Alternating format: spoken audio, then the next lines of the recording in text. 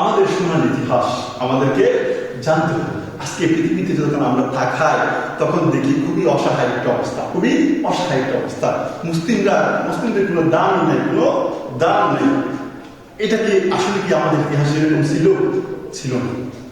আমাদের সোনার ইতিহাস এটা একটা ছোট্ট তিন শব্দের একটা বাক্য। এই আমাদের সোনার ইতিহাস নিয়ে অনেক বই আছে না? ছোট্ট একটা কথা, কিন্তু একটা বাক্য ছোট হলেও এটা অনেক গুরুত্বপূর্ণ একটা বিষয়। এই বিষয়ে একাধিক লেকচার না একাধিক বই আছে, অনেক মাশাআল্লাহ লেখক অনেক বই লিখছেন। এগুলো আপনি যদি সোনালী ইতিহাস সম্পর্কে ডিটেলসে জানেন যা আপনাকে বইয়ের পর বই করতে হবে। তো আমাদের সোনালী ইতিহাস সম্পর্কে আমি বিস্তারিত বলতে পারবো না, কারণ আজকে আমার আলোচনার বিষয় 4টা বিষয় চলে আসছে। সংক্ষেপে আমি বলবো, আমাদের সোনালী ইতিহাস যখন আমরা তাকাই, আমাদের সালাফদের থেকে, আমাদের মুহাম্মদ সাল্লাল্লাহু আলাইহি ওয়াসাল্লাম থেকে শুরু করে সাহাবায়ে কিরাম, খুলাফায়ে রাশিদিন ইতিহাস যখন আমরা দেখি, তখন আমরা কি দেখতে পাই? মুহাম্মদ সাল্লাল্লাহু আলাইহি ওয়াসাল্লাম থেকে শুরু করি, একেবারে রাসূল সাল্লাল্লাহু আলাইহি ওয়াসাল্লাম ওফাতের আগে রোম, বর্তমান ইউরোপ থেকে একটি রাসূল সাল্লাল্লাহু আলাইহি ওয়াসাল্লাম একটি বার্তা, একটা মেসেজ পেল, একটা গোয়েন্দা সংস্থার মাধ্যমে একটি সংবাদ পেল যে তারা মদিনা রাষ্ট্রে কি করতে চায়, হামলা করতে চায়। এরকম একটা মেসেজ পাইছে, ডাইরেক্ট মেসেজ পাই নাই, বিতর্কমূলক মেসেজ পাইছে। আল্লাহু আকবার। সেই খবরের প্রেক্ষিতে রাসূল সাল্লাল্লাহু আলাইহি ওয়াসাল্লাম কি প্রতিক্রিয়া দিয়েছিলেন আমাদের সেটা জানতে হবে। ঠিক আছে, আমাদের সেটা ভুললে হবে না। রাসূল সাল্লাল্লাহু আলাইহি ওয়াসাল্লাম রাসূলের জীবনে অসংখ্য জিহাদ, যুদ্ধ, গাজওয়া পরিচালিত হয়েছিল। সেখান থেকে সবচেয়ে যে জিহাদের জন্য মুহাম্মদ সাল্লাল্লাহু আলাইহি ওয়াসাল্লাম প্রস্তুতি নিয়েছিলেন সেটা হচ্ছে তাবুকের জিহাদ। ঠিক কিনা? তাবুকের মাঠ মধ্যে ছিল একবার রোমের সীমানার দিকে। ঠিক আছে, রাসূল সাল্লাল্লাহু আলাইহি ওয়াসাল্লাম সবচেয়ে বড় বাহিনী কি করলেন? প্রস্তুত করলেন। সবচেয়ে বড় বাহিনী প্রস্তুত করলেন। অনেক সৈন্য কি করলেন? সংগ্রহ করলেন। যেটা জানতে পারি সেখান থেকে 36,000, সবচেয়ে এর আগে তো 300 দিয়ে জিহাদ করেছেন না? 300, 1000, 1300, 2000 এরকম হয়েছিল। সর্বোচ্চ এবার মক্কা বিজয় হয়েছিল, একেবারে বিনা যুদ্ধেই বিশাল বিজয়, মক্কা বিজয়। সেখানে মুসলিম মুজাহিদের সংগ্রহ ছিল 10,000। এখন সেরকম না, একেবারে 36,000 রাসূল জীবনের একেবারে শ্রেষ্ঠ সৈন্য কি সংগ্রহ করেছিলেন সেই যুদ্ধের জন্য। 36,000 সৈন্য সংগ্রহ করেছিলেন রোমদের, লাল সাম্রাজ্যের, কুফফারদের, ইহুদি খ্রিস্টানদের মোকাবেলা করার জন্য। তারা বলছে এখানে আসে হামলা করবে, এটা শুনছে যে শুধু। ঠিক আছে, রাসূল সাল্লাল্লাহু আলাইহি ওয়াসাল্লাম না, এখানে তোমাদের আসতে হবে না, আমরা কাপুরুষ নই, আমরা তোমাদের সেখানে যাবো, সেখানে গিয়ে আমরা কি করবো? তোমাদের সাথে মোকাবেলা করবো। আল্লাহু আকবার। সে দেখে দিয়েছিলেন সেখানে মুহাম্মদ সাল্লাল্লাহু আলাইহি ওয়াসাল্লাম সাহাবাদেরকে নিয়ে 36,000 সৈন্য নিয়ে তাবুকের ময়দানে অনেকদিন অপেক্ষা করেছিলেন। কিন্তু কুফফাররা খবর পেয়ে এরা সীমানা ছেড়ে পালিয়ে গেছে, এরা আসেনি। আল্লাহু আকবার। এটা আমাদের ইতিহাস, এটা আমাদের সোনার ইতিহাস। সাহাবায়ে কিরামের আমলে, খালিদ বিন ওয়ালিদের আমলে, আবু বকর রাদিয়াল্লাহু আনহু আমলে, আল্লাহু আকবার, আবু বকর রাদিয়াল্লাহু আনহু আমলে কত ফিতনা, চতুর্দিক থেকে ধাপ করে ফিতনা উঠেছিল। হ্যাঁ, মুসলিমদের পক্ষ থেকে, কাফিরদের পক্ষ থেকে, সব দিক থেকে ফিতনা, সব ফিতনাগুলো আল্লাহু আকবার তিনি মোকাবেলা করেছেন কিনা? করেছেন। আমি ডিটেইলসে যাচ্ছি না। এই দেখেন আবু বকর রাদিয়াল্লাহু আনহু একসাথে তৎকালীন বিশ্বের মধ্যে 2টি সুপার পাওয়ার ছিল। কয়টি সুপার পাওয়ার ছিল? 2টি সুপার পাওয়ার ছিল, রোম আর পারস্য। বর্তমানে অনেক সুপার পাওয়ার আছে, আমেরিকা আছে, রাশিয়া আছে, চীন আছে, অনেক সুপার পাওয়ার আছে। তৎকালীন ছিল কয়টা? 2টা সুপার পাওয়ার, একটা হচ্ছে রোম, একটা হচ্ছে পারস্য। আল্লাহু আকবার, আল্লাহু আকবার।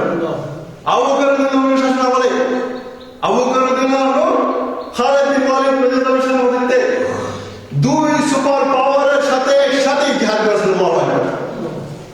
রোমের সাথে এবং পারস্যের সাথে। আল্লাহু আকবার। শুধু পৃথিবীর 2 সুপার পাওয়ারের সাথে একসাথে জিহাদ করে কান্ত নয়, সবাই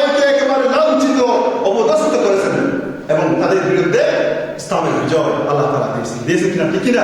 আল্লাহু আকবার। এটা আমাদের ইতিহাস ছিল। সাহাবায়ে কেরাম যখন সৈন্যবাহিনী যখন বের হতেন, তখন কুফফাররা, যারা আজকে সব কাফের তো একরকম না, কতগুলো কাফের আছে নিরপেক্ষ সাধারণ কাফের, এদের সম্পর্কে আল্লাহ তাআলা সূরা তওবায় বলেছেন, যারা তোমাদের বিরুদ্ধে দুশমনী করবে না, যারা তোমাদের বিরুদ্ধে যুদ্ধ অবতীর্ণ হবে না, যারা তোমাদের শত্রুদেরকে সাহায্য করবে না, তাদের সাথে আমরা কি, তাদের সাথে আমাদের ঝামেলা নাই।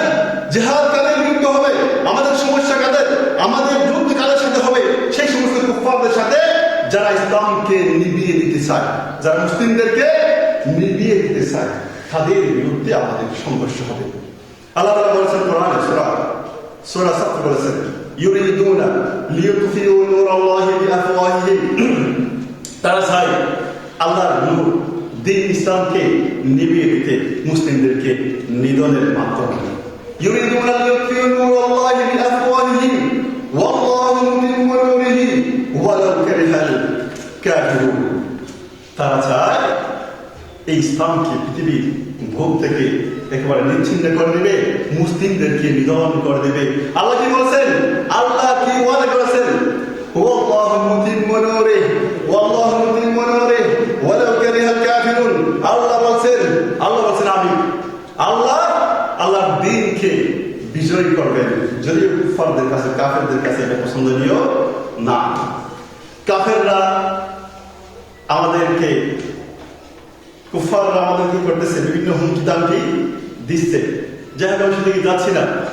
প্রিয় হাজির বলছিলেন আমাদের সোনার ইতিহাস কি, আমাদের সোনার ইতিহাস কি, আমরা এখন কিসে আছি, আমরা কি ছিলাম, এখন আমরা কিসে পরিণত হয়েছি। প্রিয় হাজির, একটু চিন্তা করবেন। এরপরে দেখেন বনু কায়নুকার ঘটনা। বনু কায়নুকার ঘটনা, ইহুদি গোত্র, মদিনার মধ্যে 3টি ইহুদি গোত্র ছিল, সেখান থেকে একটি হচ্ছে বনু কায়নুকা। বনু কায়নুকা একজন ইহুদি, সেখানে মদিনার মধ্যে যখন একজন মুসলিম একজন সাহাবিয়া যখন সেখানে ইহুদির দোকানে স্বর্ণ কিনতে গেলেন, সেখানে ইহুদি লম্পটগুলো ওই মুসলিম বোনকে কি করলো, তারা কুপ্রস্তাব দিল যাতে সে শরীরের অংশ দেখায়, কিন্তু সেই মুসলিমা সে রাজি হয়, মহিলা সাহাবিয়া সে রাজি হয় নাই। না হওয়াতে এক ইহুদি পিছন থেকে কি করছে, একটা পা দিয়ে হয়তো কিছু দিয়ে তার কাপড় ধরে রাখছে। সে যখন উঠতে গেছে তখন তার কি হয়ে গেছে, তার কাপড় বিভস্ত হয়ে গেছে, কাপড় খুলে গেছে। তখন সে চিৎকার করলো, হে মুসলিম, কে আছো, আমাকে বাঁচাও, আমাকে বাঁচাও, আল্লাহু আকবার।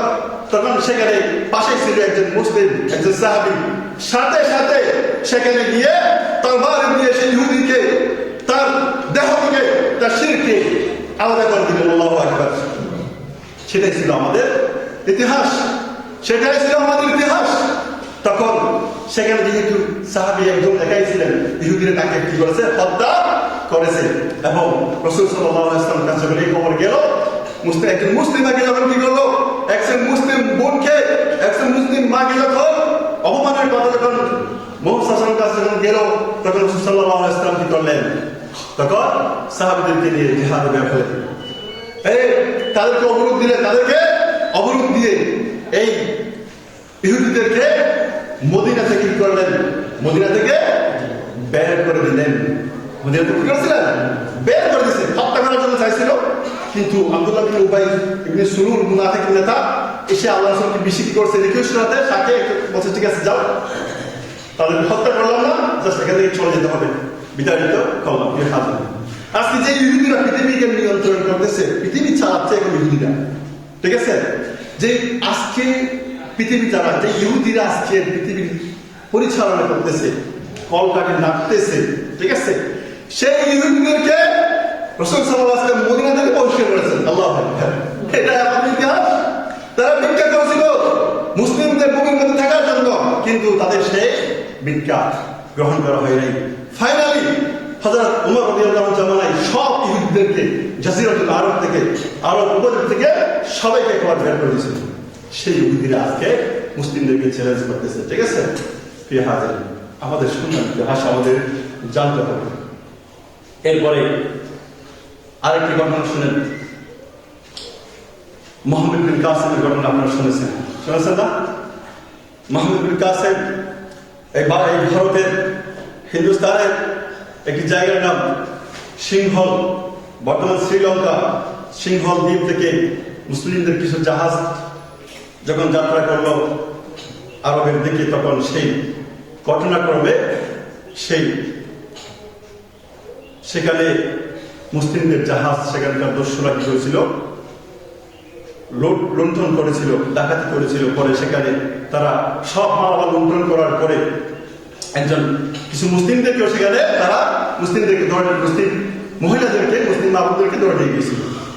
তখন সেখানে একজন মুসলিমা সে কি করেছিল, সে বলেছিল, এই ডাকাতের দল, তোমরা এখানে কি করতেছো? যদি হাজার বিন ইউসুফ জানতে পারে, শুনতে পারে, তোমাদেরকে শায়েস্তা করবে, রাখবো না তোমাদের। তখন ডাকাতরা এসে বলতেছে, কি কোথায় তোমার মোহাম্মদ হাজার বিন ইউসুফ, হাজার মাইল দেবে, এগুলি শুনতে হবে, কিন্তু শুনতে হবে আমাদের কিছুই করতে হবে, আমাদের সমাজ আমরা দেখবো দেওয়ার সব বাহিনী। তখনকার সেখানে তখন যে রাজা দাহির ছিল, রাজা দাহিরকে হাজার বিন ইউসুফ কি করলেন, রহিমাহুল্লাহ, রাজা দাহিরকে মেসেজ পড়ালেন, বার্তা দিলেন, তুমি এই ঘটনার বিচার করো, এই ডাকাতির বিচার করো, আমার মালগুলো ফেরত দাও, বিচার করো, না হয় এই ডাকাতদেরকে আমার হাতে ধরে দাও। তখন এই কথা সে কি করছে, এটার গুরুত্ব গুরুত্ব না দেওয়ার পরে তখন কি করেছিলেন, হাজার বিন ইউসুফের কানে যখন ওই মুসলিম মায়ের কথা, বোনের কথা যখন তার কানে পৌঁছে, তখন কি করলেন, হাজার বিন ইউসুফ রহিমাহুল্লাহ মোহাম্মদ বিন কাসিম রহিমুল্লাহকে 17 বছরের কি ছিলেন, যুবক ছিলেন, আল্লাহু আকবার। মোহাম্মদ বিন কাসিম 17 বছরের যুবক, তার নেতৃত্বে একটি 12,000-এর একটি সৈন্যবাহিনী পাঠিয়ে দিলেন হিন্দুস্তানের উদ্দেশ্যে। আল্লাহু আকবার। কি হয়েছিল সেই বাহিনীর ফলাফল? কি হয়েছিল? তারা এসে পুরো হিন্দুস্তানের অনেক জায়গা কি করেছিল, মোহাম্মদ বিন কাসিম নেতৃত্বে বিজয় করেছিল। রাজা দাহিরকে হত্যা করেছিল এবং রাজা দাহিরের ছেলেদেরকে হত্যা করেছিল। তারা সবাই সেখান থেকে পরাজিত করেছিল। আল্লাহু আকবার। একজন বোনে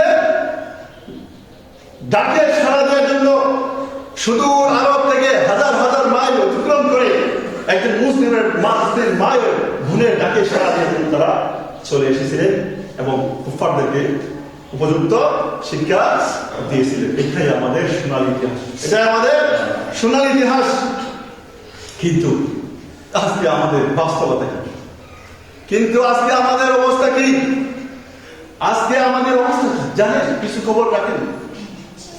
আমি কিছুদিন আগে একটি খবর শুনে আমি অবাক হয়ে গেলাম, আমি হতবুদ্ধি হয়ে গেলাম। এরপর থেকে আমার মাথা কাজ করতেছে না, কিভাবে সম্ভব, এটা কিভাবে সম্ভব হতে পারে? এই 90% মুসলিমদের দেশে হিন্দুরা মুসলিমদেরকে চ্যালেঞ্জ ছড়ে দিচ্ছে। কিভাবে সম্ভব? আল্লাহু আকবার।